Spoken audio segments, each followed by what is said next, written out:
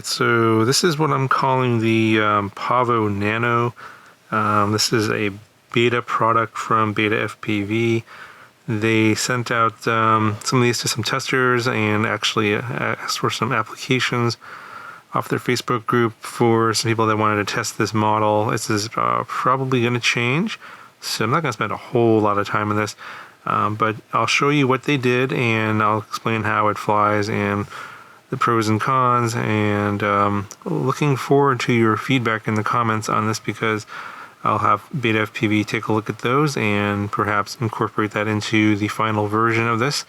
I'm not sure how much of it will change or not. It really kind of depends on what you guys say about it, but this is the way it was sent to me. It did not come with the O3 air unit. They just sent basically the bottom part here, which had the prop guard, this carbon plate frame, which has the motors and the flight controller attached, and then the prop guard. So this bottom part here came all together, and that's probably how they're going to sell it if they do sell it in this format.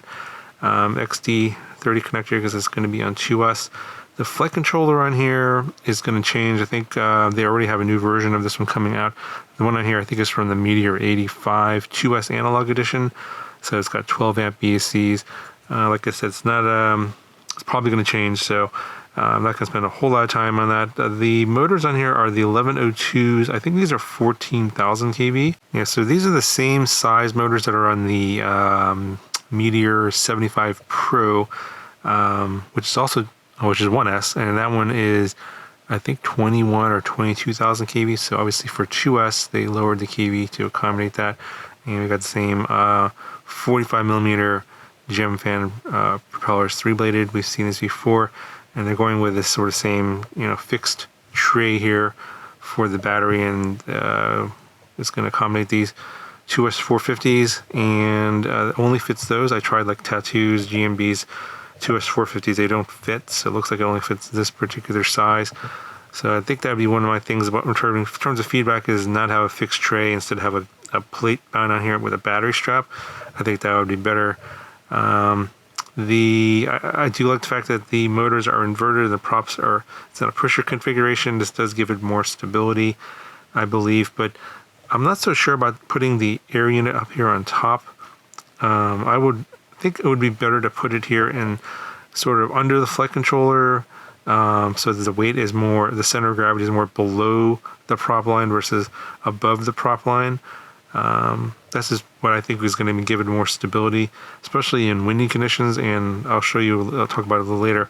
I flew it in the worst possible conditions to see how bad the jello would be, and one of the things that when they first sent me a photo of this before they sent it to me, is like, I thought this top cage here was screwed in directly to the carbon plate, but it's actually not.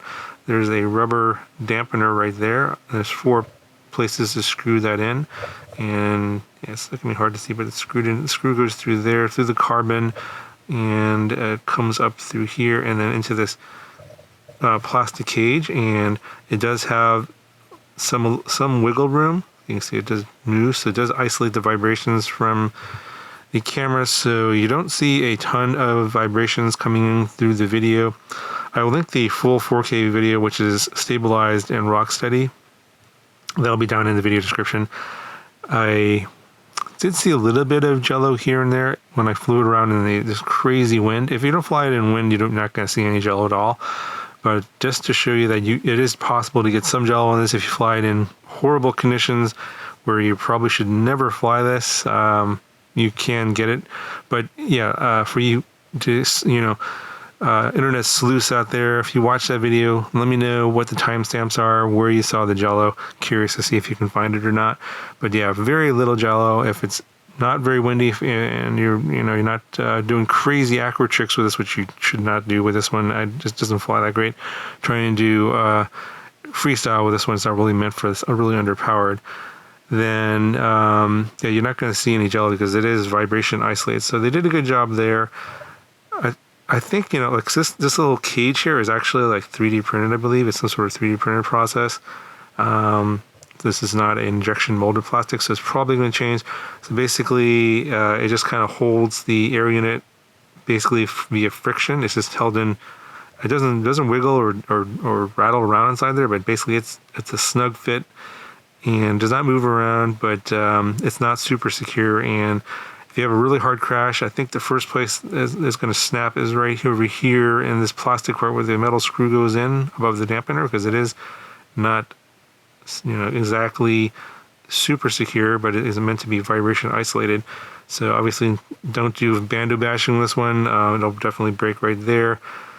I would like to see two versions of this cage. One for the air unit that's not stripped down, and then another one for an air unit that is stripped down. So you could take these little M1.6 screws out, so they go all the way through, strip it down, and then I would like to see like a part here where you could actually have a screw go through and mount the stripped down air unit, because I get it, it's kind of hard. I know it's kind of hard to figure out where to put the air unit, but it is 35 grams. Obviously, with these antennas are included, or they include this in the kit.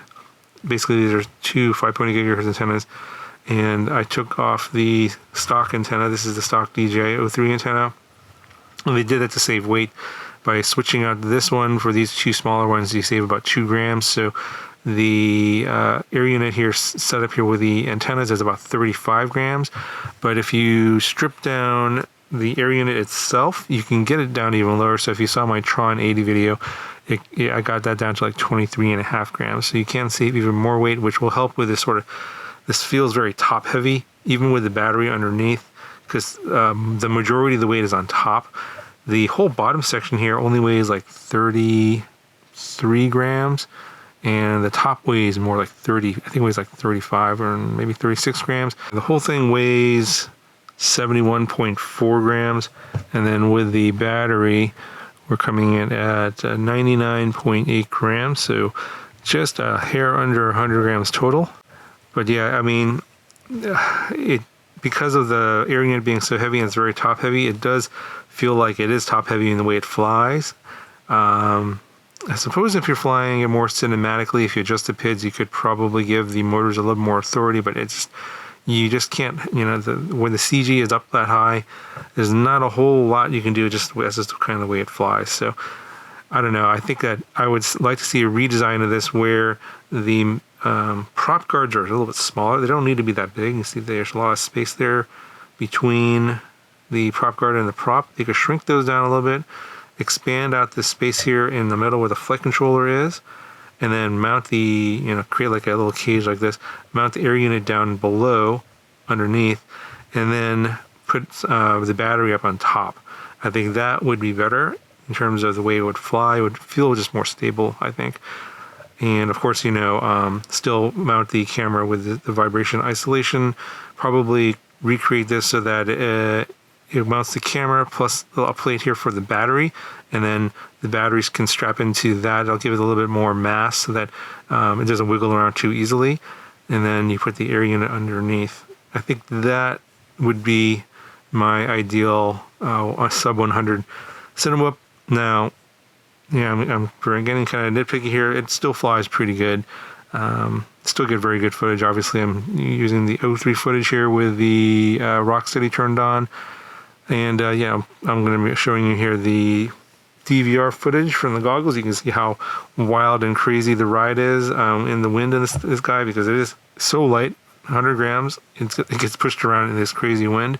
It's like a swirling wind. It's changing directions, so I'm constantly having to fight it and make adjustments.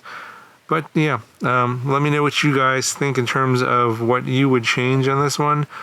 Yeah, I'm not really sure how much they will change it. This might be like version 1, and then maybe there'll be a future version later. Also, I think they call this the Pavo Mini. At least that's the craft name they gave it in the flight controller. I think a better name would be called the Pavo Nano, because it's just so much smaller than I think the Pavo 25 is the smallest Pavo they have out there, the 2.5-inch one. And yeah, that's all I gotta say for now. And I'm curious to hear what you guys have to say about this one.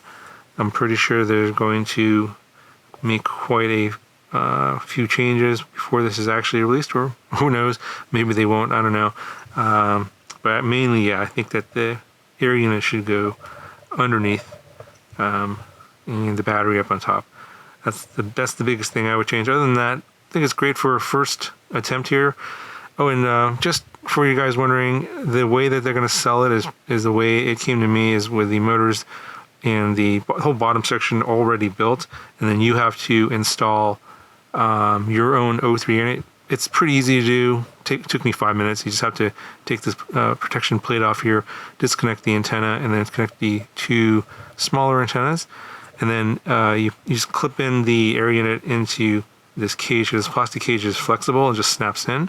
And then once you screw it in, it secures in thing, and then you screw in the camera. The screws are included for the camera as well. And I just ran the camera cable underneath. It just wraps around between the air unit and the carbon plate. It would be nice if BETAFPV could sell a shorter version of this cable. You could save maybe another couple grams. You know, every gram counts. And then this little plug here was already soldered onto the flight controller, and that was I basically just plugs right into the back. It's literally plug and play. That's why it takes like 5 minutes. You put the air unit in there, and then you screw in the 4 screws, plug it in, and you're basically done. And then the bottom section is already built. I think that's how they're going to sell it. They told me that they're not going to sell it completely built as a bind and fly with the O3 unit, because mainly they know their customer, BETAFPV customers, tend to be on the frugal side, don't like to spend a lot of money, so they're just not going to go for a model that has a $230 air unit built into it. You know, if they really want it, then they can source their own air unit and pay for that separately. I believe the bottom section here, those parts are probably, you know, probably run, maybe, my guess is around $120, $150, somewhere in there, for basically the frame, the flight controller, and the motors and props, and of course the cage, and then the extra antennas. So yeah, also let me know your feedback on what you think the pricing should be minus the air unit. I mean, I know every time that these companies release models with air units, and then they forget that these things cost $230, and just DJI does not give these manufacturers any kind of volume discount whatsoever. So they're paying what you're paying, so they figure, well, we'll just put a model out and just have you guys buy the air unit separately and put it in yourself. So I think they also designed this so that it's pretty easy to put together. I imagine if they redesign this with air units in the bottom, it might be a bit more challenging to figure out how to assemble it. This is actually super easy to assemble, but I don't know if it's the best for flight performance and also footage. I am going to probably do some more testing on this one, get some more footage, so we'll see. Let me know what you guys think in the comments below. For now, that's going to do it for this one. Talk to you guys in the next one.